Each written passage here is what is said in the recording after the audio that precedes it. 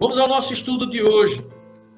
Trouxemos um assunto muito empolgante e, ao mesmo tempo, ele causa para algumas pessoas uma certa angústia, uma certa preocupação. Hoje nós vamos falar da sacudidura. E eu resolvi trazer esse tema porque acredito que nós estamos vivendo os últimos dias da história deste mundo. E vocês têm percebido, a gente falou sobre o selamento, o fim do tempo da graça, somente assuntos concernentes ao fim. E hoje nós vamos falar sobre o peneiramento, tá certo? A sacudidura. Vamos ver o que é que o Espírito de Profecia e a Palavra de Deus nos ensina a esse respeito. Quando o meu irmão Robinho estava orando, ele falou um pouco das perseguições, né? Que nós somos acometidos, e orou a Deus para que Deus nos ajude a enfrentar essas perseguições. E na mesma hora que ele orou, eu lembrei do assunto de hoje, porque a perseguição que nós estamos enfrentando hoje, iremos enfrentar até os últimos dias, tem um papel muito importante no processo da sacudidura, mas nós vamos chegar lá já já. A princípio, eu queria abrir com uma pergunta, eu vou dirigir essa pergunta ao meu irmão Robson, mas o Lito também vai poder participar na hora que ele quiser. A pergunta é a seguinte, Robinho: por que é que ser membro da igreja nos últimos dias não é garantia de salvação? Porque a gente sabe que tem muita gente que vai à igreja com essa sensação de, bom, eu estou fazendo a minha parte, né? Que pega a Bíblia para ler como se fosse um requisito. Eu vou ler a Bíblia porque todos os dias um crente de verdade precisa ler. Ele não vai à Bíblia para ter um encontro com Deus. A maioria vai à Bíblia achando que é uma obrigação, uma necessidade que todo crente precisa buscar, né? Então, a pergunta é a seguinte: por que estar na igreja não é garantia de salvação? O que é que o Espírito de Profecia fala a esse respeito? Olha, esse é um estudo realmente muito profundo e traz muita tristeza para nós saber que algumas pessoas irão nadar todo o oceano para, no final, morrer na praia. São os conhecidos cristãos nominais. Eles estão dentro daquele contexto religioso, aprendem as práticas cristãs, realizam essas práticas de forma mecânica e indiferente. Contudo, eles fazem apenas a repetição dos rituais, e esses rituais, eles não têm nenhum impacto nas suas vidas. Eles não se arrependem dos seus pecados, eles não crescem na fé, não experimentam mudanças na sua vida e não apresentam nenhuma evidência dos frutos do Espírito. É muito triste essa situação. Mas Deus não permite que nós julguemos quem são essas pessoas. Não é fácil de identificar, porque nós não estamos no coração de ninguém. Não é fácil de identificar, porque nós não estamos na mente de ninguém. Deus nos proibiu de julgar. Mas Jesus nos falou que haverão dois grupos. Ele deu 3 exemplos. O primeiro em Mateus 25:32. Todas as nações serão reunidas diante dele e ele vai separar os bodes das ovelhas. O segundo exemplo ele falou em Mateus 13:30. Deixem, pois, crescer o joio e o trigo até a safra. E aí, eu direi aos ceifeiros, primeiro ajuntai o joio, amarrai em feixes para ser queimado, mas o trigo recolhei no celeiro. E, finalmente, o terceiro exemplo de Jesus, ilustração que Jesus deu, em Mateus 24:40, que são aqueles que serão levados para o reino e aqueles que serão deixados para trás. Então, ser membro da igreja não é garantia de salvação. É preciso que a gente, na nossa caminhada espiritual, é preciso que a gente pare muitas vezes e faça uma avaliação aonde eu estou. Aonde eu estou? Qual é a minha situação espiritual? E nós possamos fazer essa avaliação junto com Jesus. Jesus do nosso lado e a gente conversando com ele: Senhor, como é que eu estou indo nessa jornada? A irmã White nos fala em Serviço Cristão, página 40, eu faço uma declaração à igreja, nenhum entre 20 dos nomes que se acham registrados no livro da igreja está preparado para finalizar a história terrestre. Eles se acham tão sem esperança no mundo como um pecador comum. Isso é muito triste, minha gente. Isso Muito é muito triste, forte. muito triste. Muito forte. Temos também a Manuscript Releases, página, capítulo 19, diz assim: os que tiveram oportunidade para ouvir e aceitar a verdade se uniram à igreja, se considerando guardadores dos mandamentos, mas eles não possuem vitalidade e nem consagração a Deus do que as igrejas nominais. E essas pessoas serão atingidas pelas pragas tão verdadeiramente como as igrejas que se opõem à sua lei. Então, Semei, você me pediu um assunto pesado para eu falar, uma mensagem dura, mas eu tenho que continuar. Continua então, Semei? Pode continuar. Até porque, Robinho, eu quero acrescentar que é como se Deus deixasse muito claro para a gente, nesse assunto que você começa falando, que Jesus não nos chamou para o Evangelho para a gente continuar do mesmo jeito que a gente foi encontrado, não. Ele nos chamou para que a gente evolua no relacionamento com Ele, né? Do contrário, a gente vai só ocupar espaço na igreja para um dia outra pessoa mais fervorosa do que a gente vir e ocupar. Exatamente. E é interessante isso que você colocou, porque eu tenho notado muitos evangélicos que estão conhecendo a mensagem, as 3 mensagens angélicas, estão descobrindo o sábado, descobrindo novas verdades, eles estão vindo para a igreja adventista cheios de vigor, eles estão vindo cheios de entusiasmo, enquanto a carta número 46 de White nos diz assim: haverá uma sacudidura. No tempo devido, a palha será separada. Por se multiplicar a iniquidade, o amor de muitos está se esfriando. Então, meus queridos, eu lembro quando eu era criança, eu ia para os famosos programação de Calvário, e eu via ali, não era nem foto, nem era filme, eram imagens desenhadas do antigo projetor de slides. E ali, no meio daquelas casas, o projetor de slide mostrava aí o desenho de Jesus crucificado, o desenho de Jesus na via dolorosa. E eu via aquelas pessoas, os meus vizinhos, os vizinhos ali na Mostardinha, no bairro de Afogados, quando assistiam essas ilustrações, eles choravam. Mas hoje o que é que nós vemos? Nós vemos os filmes sobre a vida de Jesus cada vez mais gráficos, mostrando cada vez mais sofrimento, mas as pessoas não demonstram nenhuma emoção em ver o sofrimento de Jesus por eles. Para terminar, eu tenho aqui 2 versos que nos diz assim, 2 citações. The Review and Herald, 19 de março de 1895. O Senhor virá em breve. Toda a igreja deve haver um processo para aprimorar e joirar. No meio de nós existem homens perversos. Que dureza! Que coisa terrível! Existem homens perversos. Quando eu era pastor distrital, meu Deus, quantas aflições eu passei. Existia uma igreja especialista em fazer pastor sofrer. Existia uma igreja, existiam irmãos especialistas em ser pedra de tropeço e trazer sofrimento para a família pastoral. Haverá homens perversos, disse a irmã White. E para terminar, diz assim: estamos no tempo da sacudidura, tempo em que cada coisa que pode ser sacudida, sacudir-se-á.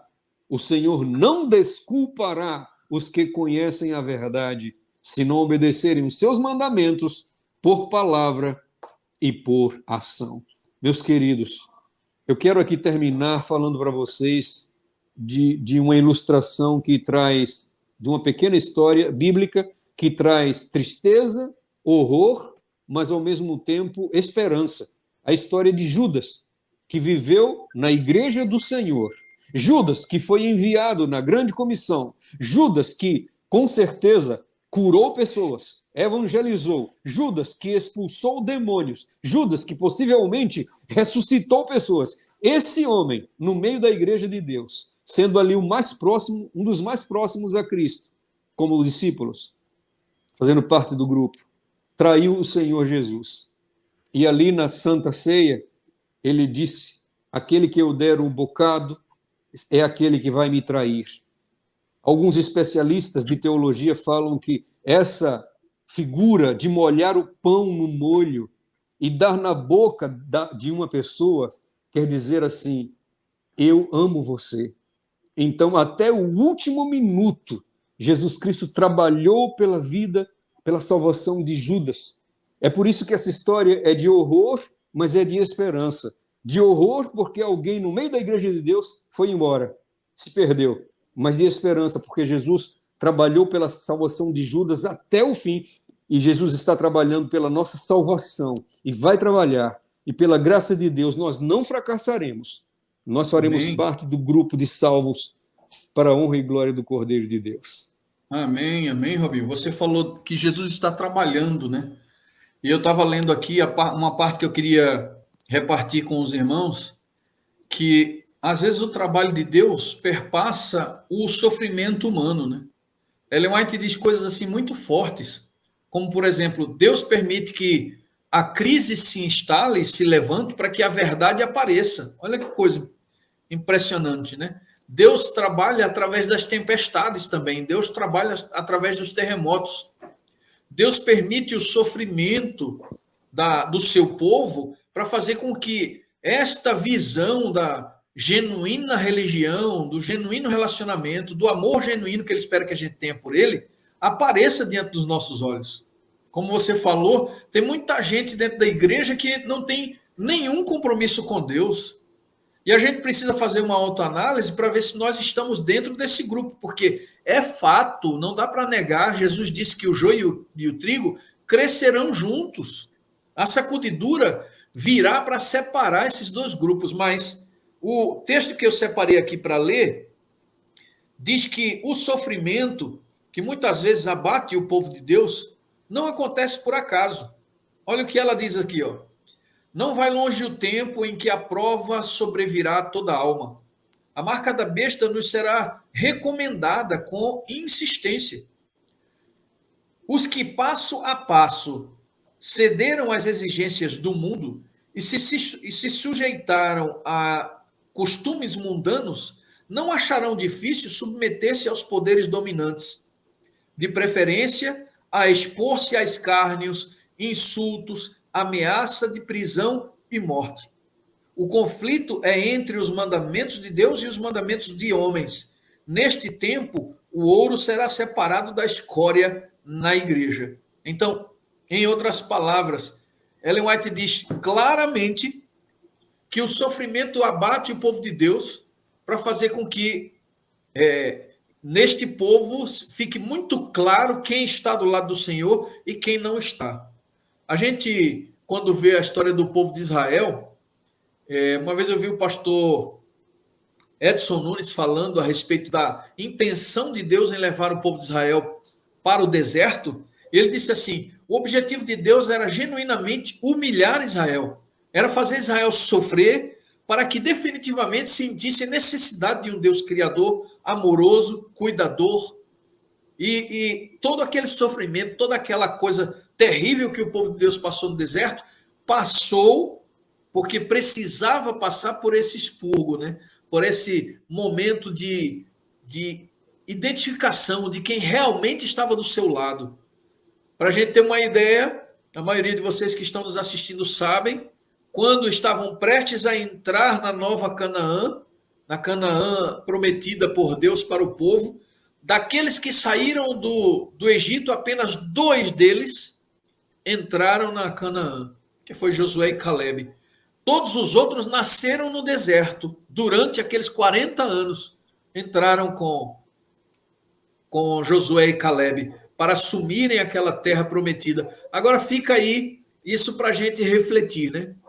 Deus levou o povo de Israel para o deserto a fim de prová-los, a fim de identificar quem era seu, e conseguiu deixar muito claro diante do próprio povo de Israel, aqueles que estavam com o coração aberto aos seus ensinamentos, abertos à obediência, e aqueles que estavam totalmente fechados, inclusive rebelados contra Deus, porque todas as crises que o povo de Israel enfrentou eram momentos de rebeldia, de pessoas que se levantavam no meio do povo e começavam a murmurar, a xingar e a lamentar o tipo de vida que estavam vivendo no deserto.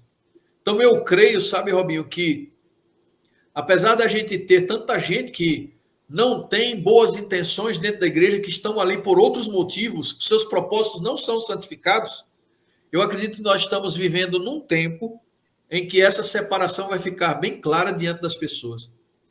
O testemunho fiel que virá nos últimos dias é que vai acarretar essa sacudidura, o sofrimento também, né? Mas eu acho muito interessante a ideia de saber que Deus permite a dor, permite o sofrimento, para identificar quem são os seus verdadeiros filhos. Verdade, Semei, inclusive... O que você acha, meu querido irmão pastor Gondim? Vocês estavam falando aí, eu pensando aqui num texto que a Bíblia diz que é quem habitará com o fogo consumidor? Uhum. E quem viverá no meio das chamas eternas, né? A ideia de que a pessoa incendiada, né? Fogo com fogo dá tudo certo. O fogo não destrói o próprio fogo, né? Então, Deus é fogo, né? Deus é essa presença divina. E para estar na presença dele, por isso que ele diz que só entra no reino dos céus quem for batizado na água e no fogo. E foi por isso que quando Tiago e João... Diga. Seriam esses os objetivos principais da sacudidura? Eu queria que você também falasse sobre isso. Pois é, o próprio Jesus, ele diz, eu repreendo e disciplino a todos que eu amo. Então, esses que habitarão no fogo são aqueles que passaram pelo teste, porque antes da sacudidura vai haver muito sofrimento, muita dor, que já está havendo, mas até lá vai ser muito maior. E isso tudo, como você estava dizendo, Samir, vai contribuir para o crescimento, vai tornar-nos pessoas melhores, mais capacitadas, mais habilitadas para entrar no reino do céu, porque nós passamos pelo fogo. O fogo, como o Robinho disse ainda há pouco, tirou a escória, e o texto que Ellen White fala, né? Então, assim, passamos pelo fogo, né? E vamos habitar no meio das chamas eternas. Então, assim, Deus precisa... É por isso que muitos vão dizer, mas eu estive... fiz milagres, eu falei em teu nome, e ele vai dizer, nunca vos conheci. Eu não sei quantos assistiram aquele filme... aquele filme adventista que faz algum tempo que foi lançado, A Última Batalha, aquela hora em que o garoto vê todo mundo ressuscitado, olha para a sepultura do seu ancião, a quem ele admirava tanto, e ele pergunta, mas e o meu ancião não vai ressuscitar? E o anjo lhe responde, ele tinha vida dupla. Então, assim, só essa surpresa, né? Nós vamos ter muita gente que imaginamos que não estarão, vão estar. E muitos que nós imaginamos que poderão estar, não estarão. Então, é por isso que vai haver essa sacudidura final, né? O primeiro objetivo dela é... Parece, Lito. Me perdoe lhe interromper aí. Parece, então, que, só puxando um pouquinho do que o Robinho falou, o sofrimento, né? O sofrimento parece que tem duas funções, né? Revelar a rebeldia e revelar a consagração, né? Trazer as pessoas, ou elas se consagram, ou elas se rebelam contra Deus. Então, tem um duplo objetivo. E parece que esses dois objetivos são divinos, né? Deus realmente parece que ele quer que isso aconteça, né? É algo... É estranho a Deus, né? Ele não queria que fosse assim, como também os teólogos chamam de o ato inaudito de Deus, quando será definitivamente mortos todos aqueles que não estavam identificados com ele, porque a Bíblia diz que quem tem um filho tem a vida. Então, é só um toque final. Então, são duas coisas em comum, né? O sofrimento e a morte. O sofrimento, ele nos prepara para entrar nos céus. O sofrimento, ele nos amadurece para ajudar outros que passaram, que estão passando pelo sofrimento que nós também passamos, né? E o sofrimento, por aquilo que pareça, ele nos aproxima mais de Deus.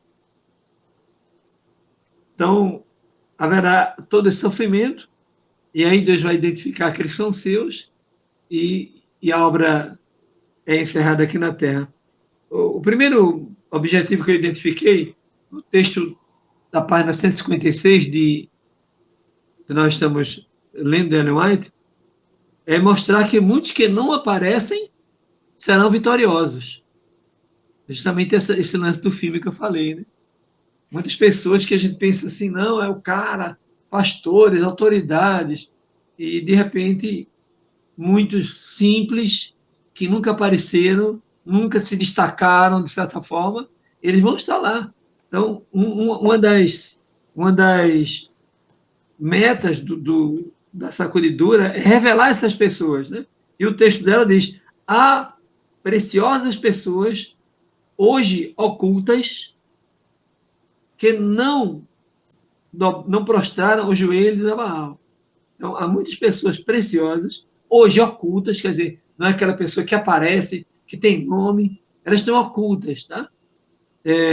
Mas elas não dobraram seu joelho a Baal. É exatamente como foi o caso de Elias, né? Elias estava se julgando o tal, né? O único, e de repente ele ouve a voz de Deus dizendo que havia ainda mais 300, 400 homens, né, que não dobraram seus joelhos a Baal.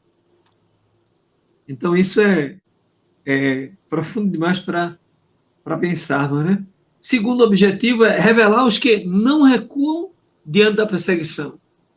Revelar aqueles que não recuam diante da perseguição. Eles vão encarar, eles vão enfrentar, eles sabem, eles têm consciência que é parte da vida, é parte do selamento, é parte de esmiuçar, de separar um do outro, e é parte da sacudidura. E o texto dela diz: acenda-se a perseguição e os insinceros, não sinceros e hipócritas vão vacilar e vão renunciar à fé.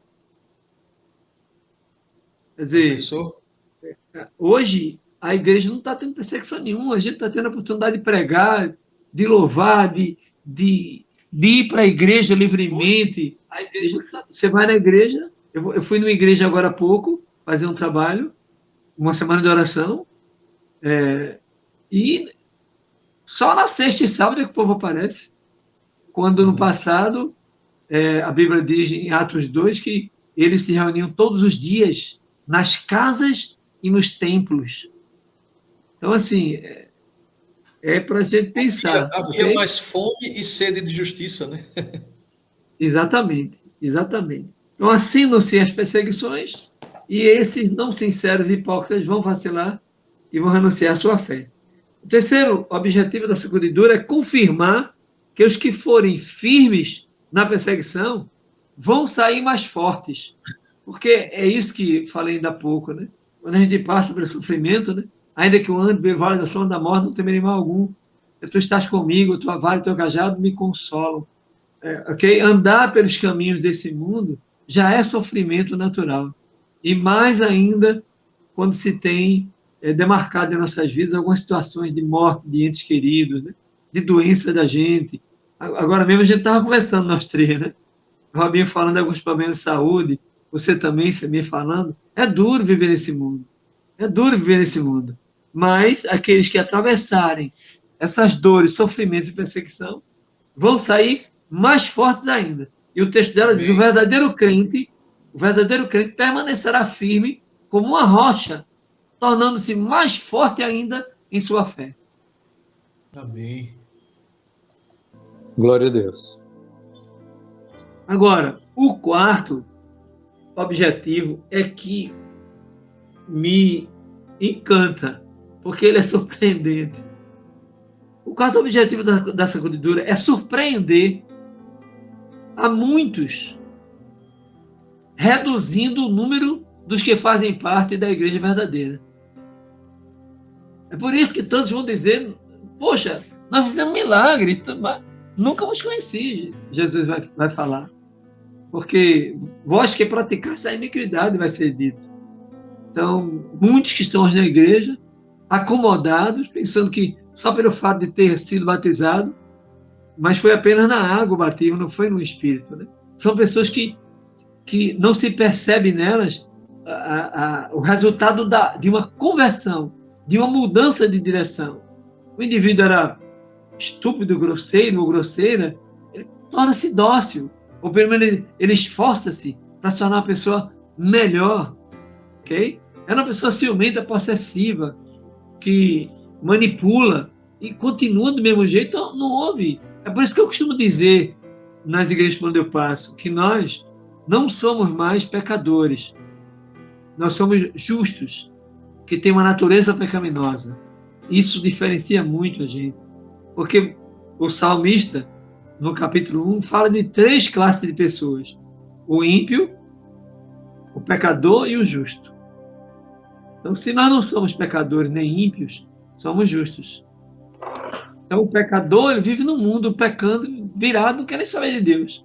E um dia ele se converte. O ímpio é aquele que, Pedro diz que ele é como um cão que volta ao vômito. Ele sabe o que é para fazer. Ele já viveu no meio cristão.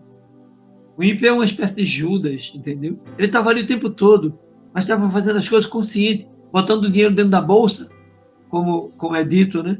E depois traindo Jesus e tirando a própria vida.